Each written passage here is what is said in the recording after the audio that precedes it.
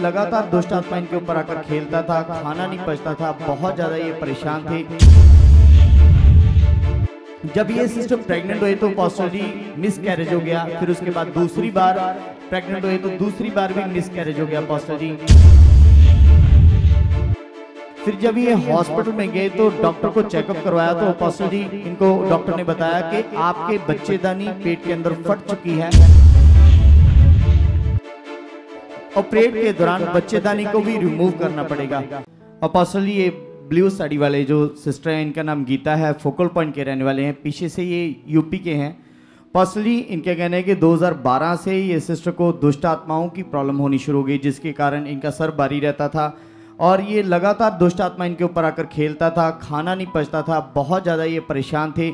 इनका कहना है कि मेंटलों की तरह ये हरकतें करते थे, घर से कई बार भाग जाते थे, ऐसे करके दुष्ट आत्माएं इनके जीवन में काम कर रहा था। और जिसकी वजह से इनकी फैमिली मेंबर्स इनको अलग अलग तांत्रिक बाबाओं के पास, धार्मिक स्थानों के ऊपर लेके गए, लेकिन कहीं से कोई छुटकारा नहीं मिला। लेकिन इनका कहना है कि जब ये थोड़ा बहुत जैसे जाते जाते थोड़ा बहुत सही हुए तो पॉसिबली इनको 2016 में इनकी शादी हो गई ये सिस्टर की।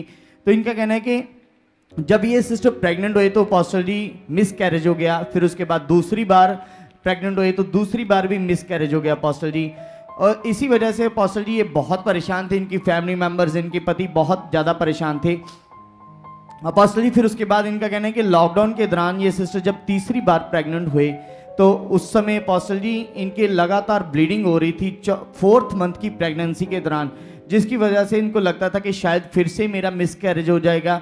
और पॉसिबली फिर उसके बाद इनका कहना है कि 4थे महीने में जब इनको किसी ने प्रभु यीशु मसीह के बारे में बताया और लॉकडाउन के दौरान पॉसिबली हमारी चर्च पारानाम मिनिस्ट्री में आए और उन दिनों में पॉसिबली लोग इतना ज़्यादा चर्च में नहीं आ पा रहे थे, इतनी गैदरिंग इकट्ठा करना सरकार की तरफ से मनाही थी। तो उस समय पॉसिबली इनका कहना है कि जब इनको चर्च के अंदर एंट्री करवाई गई तो उस समय पॉसिबली उसी कंडीशन में स्पिरिचुअल मदर के द्वारा ये सिस्टर के ऊपर प्रार्थना हुई।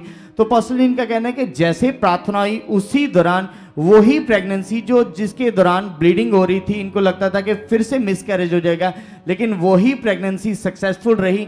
और पॉसिबली इनका कहना है कि प्रेगनेंसी का समय पूरे होने के बाद सिजेरियन के थ्रू इनके बेटे ने जन्म लिया और जिसकी वजह से पॉसिबली ये बहुत खुश है और परमेश्वर का धन्यवाद करने लगे। लेकिन पॉसिबली इनका कहना है कि जैसे ही इनके घर में बेटा हुआ तो उसके बाद पॉसिबली इन्होंने प्रभु के साथ इतना बड़ा मन जैसे रखना चाहिए था वैसे नहीं इन्होंने रखा। पॉसिबली ये 1.5 साल बाद 2-2 साल बाद आकर चर्च में 1-2 बार आते थे, लेकिन बाद में ना तो ऑनलाइन देखते थे ना चर्च में कभी आते थे, क्योंकि पति विरोध करता था और ना ही ये ऑनलाइन जुड़ते थे। पॉसिबली ऐसे करके ये लगातार प्रभु से दूर होते जा रहे थे। लेकिन पॉसिबली इनका कहना है कि फिर उसके बाद दूसरी बार जब ये सिस्टर 2024 में प्रेग्नेंट हुए तो पॉसिबली प्रेगनेंसी चल रही थी, लेकिन प्रेगनेंसी चलते समय पॉसिबली 8वें महीने में अचानक ये सिस्टर के पेट में इतनी ज़्यादा दर्द हो रही थी जो सहन से बाहर थी। ये बताते कि यूरिन पार्ट से मतलब ऊपर पेट को जाती थी, इतनी ज़्यादा जैसे खिंचाव हो रहा था, इतना ज़्यादा ये परेशान थे। फिर जब ये हॉस्पिटल में गए तो डॉक्टर को चेकअप करवाया तो पॉसिबली इनको डॉक्टर ने बताया कि आपके बच्चेदानी पेट के अंदर फट चुकी है और जिसकी वजह से आपके बच्चे की भी डेथ हो चुकी है पॉसिबली। ऐसे करके पॉसिबली उसी समय इमरजेंसी डॉक्टर ने बोला कि अब भी ऑपरेट करना पड़ेगा और जो बच्चा तो मर गया है लेकिन आपके ऑपरेट के दौरान बच्चेदानी को भी रिमूव करना पड़ेगा। और पॉसिबली उस समय इनके हस्बैंड तो इनके पास नहीं थे, तमिलनाडु में काम कर रहे थे, लेकिन इनकी फैमिली मेंबर माइका परिवार इनके पास था क्योंकि अमृतसर बेबे नानकी हॉस्पिटल में ये सिस्टर एडमिट थे उस समय पॉसिबली। तो इनका कहना है कि हर बार तकरीबन 100 बार डॉक्टर्स ने बोला कि आपकी बच्चेदानी रिमूव करनी है, जल्दी आप किसी भी फैमिली मेंबर्स के साइन करवाओ। तो इनका कहना है कि मैं तो ऑपरेशन थिएटर में थी लेकिन मेरे फैमिली मेंबर्स को बार बार ये बोला जा रहा था। उसी दौरान इमरजेंसी में मेरे ब्रदर ने साइन किए तो उसी दौरान पॉसिबली इनका कहना है कि उस समय बच्चेदानी जो फट चुकी थी, क्योंकि डॉक्टर के अकॉर्डिंग अगर बच्चेदानी रिमूव नहीं करते तो इनकी जान को भी खतरा था पॉसिबली। तो ऐसे करके पॉसिबली इनको बहुत ज़्यादा इनकी बुरी कंडीशन थी। फिर पॉसिबली उस समय ये काफ़ी दिन हॉस्पिटल में एडमिट रहे और पॉसिबली उस समय की ये रिपोर्ट्स भी हैं डिस्चार्ज के समय। ये वाली पॉसिबली ये रिपोर्ट कब की है? ये पॉसिबली जब डिस्चार्ज होकर हॉस्पिटल से जब इनको छुट्टी मिली थी तब उस समय की हिस्ट्री इनकी नोटेड है वहाँ पे। तो इसमें क्या लिखा है? इसमें अपोस्टल जी यहाँ पे लिखा है कि हिस्टेक्टमी ऐसे शब्द आता है अपोस्टल जी इधर, मतलब राइट साइड के दूसरी लाइन में अपोस्टल जी हिस्टेक्टमी अगर जूम करते तो वहां पे लिखा है, कहाँ पे? ये अपोस्टल जी दूसरी लाइन में, दूसरी लाइन में यहाँ पे रीजन ऑफ रेफरल आगे इसके लिखा है अपोस्टल जी, ये वाला। अच्छा, इसका मीनिंग क्या है? अपोस्टल जी इसका मीनिंग है कि बच्चेदानी जो खराब होने की वजह से रिमूव मतलब कर दी गई है, ऐसे हिस्टेक्टमी शब्द का मीनिंग है अपोस्टल जी। पूछा था किसी से आपने? जी अपोस्टल जी, और साथ में अपोस्टल जी बाद में दूसरी साइड पे लिखा है कि टेक्टमी जैसे इस बच्चेदानी को रिपेयर किया गया था। एक शब्द से ये फील होता है कि उन्होंने निकाला जी, एक से रिपेयर किया है जी, और इसका मीनिंग है कि जैसे बच्चेदानी में नसबंदी जैसे हो जाती है वो कर दी है डॉक्टर के अकॉर्डिंग, बच्चेदानी को रिपेयर करके बाद में बच्चे, मतलब उसको अब नेक्स्ट बच्चा नहीं पैदा कर पाएगी, ऐसा कुछ कर दिया, रिपेयर कर दिया जी। अच्छा, फिर क्या होता है? और अपोस्टल जी इनका कहना है कि इतनी ज्यादा उस समय कंडीशन खराब थी, पूरी तरह से मतलब इनकी जान को खतरा था अपोस्टल जी, लेकिन इनका कहना है कि फिर से ये चर्च में आए अपोस्टल जी, यहाँ पर आपके द्वारा प्रे करवाई अपोस्टल जी, ले हैंड सीन भी है।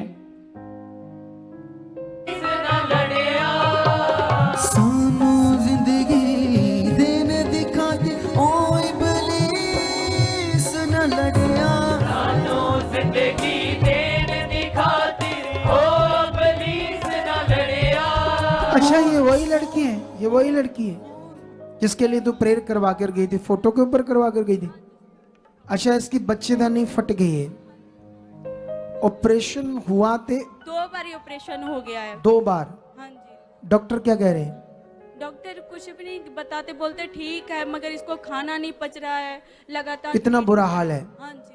फट गई थी बच्चेदानी? हाँ जी। जाओ, अब परमेश्वर काम कर चुका है। खुदाबंद इसकी बच्चेदानी पूरी आप हील कर चुके, नहीं कर चुके, सारे जख्म सूख चुके, पेट हील हो चुका है। खुदा सब कुछ से डिजेस्ट होगा, खाए पिएगी, सारा अंधकार का गंदा प्रभाव खत्म है। Shit, free.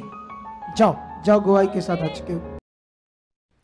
और पास्टर जी इनका कहना है कि जैसे आपके द्वारा लेहन प्रार्थना होती है, ये सिस्टर उस समय जो खाना नहीं पचता था बिल्कुल इसको पचना शुरू हो गया, इनकी हालत में सुधार आना शुरू हो गया पास्टर जी। लेकिन उसके बाद इनका कहना है कि इनके पेट में थोड़ी थोड़ी दर्द रहनी शुरू हो गई थी, जिसकी वजह से फिर से ये परेशान थे। लेकिन इनके हस्बैंड ने बोला कि जाओ एक बार फिर से अल्ट्रासाउंड करवाओ और देखो कोई प्रॉब्लम बड़ी ना कोई हो गई हो। तो इनका कहना है कि फिर से पास्टर जी जब इन्होंने अल्ट्रासाउंड कराई, ये अल्ट्रासाउंड की रिपोर्ट है पास्टर जी, यहाँ पे पास्टर जी लिखा है कि बच्चेदानी बिल्कुल अपनी जगह पे सही है, कोई उसको प्रॉब्लम नहीं है, सारा कुछ ऐसे अच्छे से रिपोर्ट में आ रहा है पास्टर जी। देख लो, यहां ना कई सारी बातें हैं। पहली बात लॉकडाउन में आई, जब बुरा हाल था इसका, परमेश्वर ने इसको हील किया, इसको जीवन दिया, फिर बेटा हुआ। उसके बाद परमेश्वर को आदर नहीं दिया, काम लिया, अपना मतबल निकाला, फिर संसार में। और संसार में क्या है? नेगेटिविटी।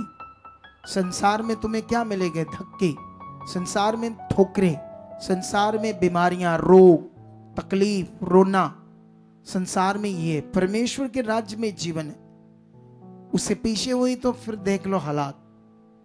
इसीलिए यीशु मसीह ने उस 12 साल की रोगन को जब उसने पल्ला छूकर लहू बहने के रोग से चंगाई पाई, तो यीशु ने कहा, हे बेटी, तेरे विश्वास ने तुझे चंगा किया है, जा अब अपनी बीमारी से बची रहे, मतलब बनी रहे परमेश्वर के साथ। जो 38 साल से रोगी था, उसको जब यीशु ने हील किया तो उसको भी ये कहा, अब कोई पाप ना करना, परमेश्वर से दूर ना होना, ऐसा ना हो इससे भी बड़ी किसी विपत्ति में पड़ जाए। ये दिमाग सेट कर लो, परमेश्वर के साथ जीवन है, संसार में जाओगे फिर हालातों में मरोगे। अब देखो, हमने जब प्रार्थना की, जो फट गई बच्चेदानी, उसको रिपेयर किया, निकाला, पता नहीं क्या कुछ किया, जो भी डॉक्टरों ने किया उनके हिसाब से तो रिमूव कर दिया। लेकिन देखो, जब हम प्रार्थना कर रहे हैं, डॉक्टरों की रिपोर्ट के मुताबिक उसके साथ कुछ हुआ ही नहीं, वो सारी बच्चेदानी एकदम से नई बन गई, नई। सोच कर देखो इस गवाही के लिए, इस पावर के लिए वो कितना बड़ा खुदा है। तो ऐसे खुदा का भय मानना है, उसके सामने भय के साथ चलना है, या अपनी मर्जी करनी है? बताओ। मर्जी करोगे तो फिर मरोगे। हाँ हाँ, क्या कुछ कहना? अपोस्टल, ये एक पॉइंट इनकी गवाही से छूट गया। जब इनकी बच्चेदानी रिमूव की जा रही थी डॉक्टर के अकॉर्डिंग, जब इनके बच्चे की डेथ हो गई थी, उस समय डॉक्टर जब बच्चेदानी को ट्रीट कर रहे थे, उस समय इनको पूछा था कि आपके बच्चेदानी तो पहले ही खराब थे। अच्छा जी। उन्होंने पहले जब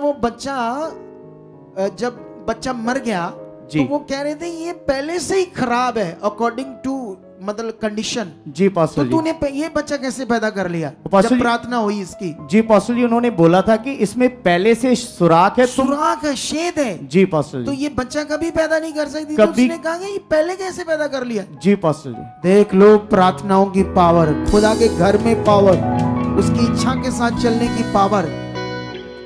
सोच कर देखो, इतना बड़ा खुदा हो, इतने अद्भुत काम करे आपके सामने, तो हम अपनी मर्जी से चले, दिल करे आए, दिल करे ना आए, दिल करे 12 बजे आए, 1 बजे आए, जैसा तुम्हारा दिल करे आए, कभी उठकर बाहर चल जाए, कभी अंदर आ जाए, कभी इधर देखे कभी उधर देखे। ये क्या है तुम्हारा दिमाग?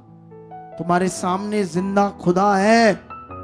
भय मानो, इजराइलियों की तरह ना अपना दिमाग रखो। वो नाश होते गए, नाश होते गए, क्योंकि उन्होंने परमेश्वर को वो दर्जा नहीं दिया। अब देख लो ये बड़ा काम।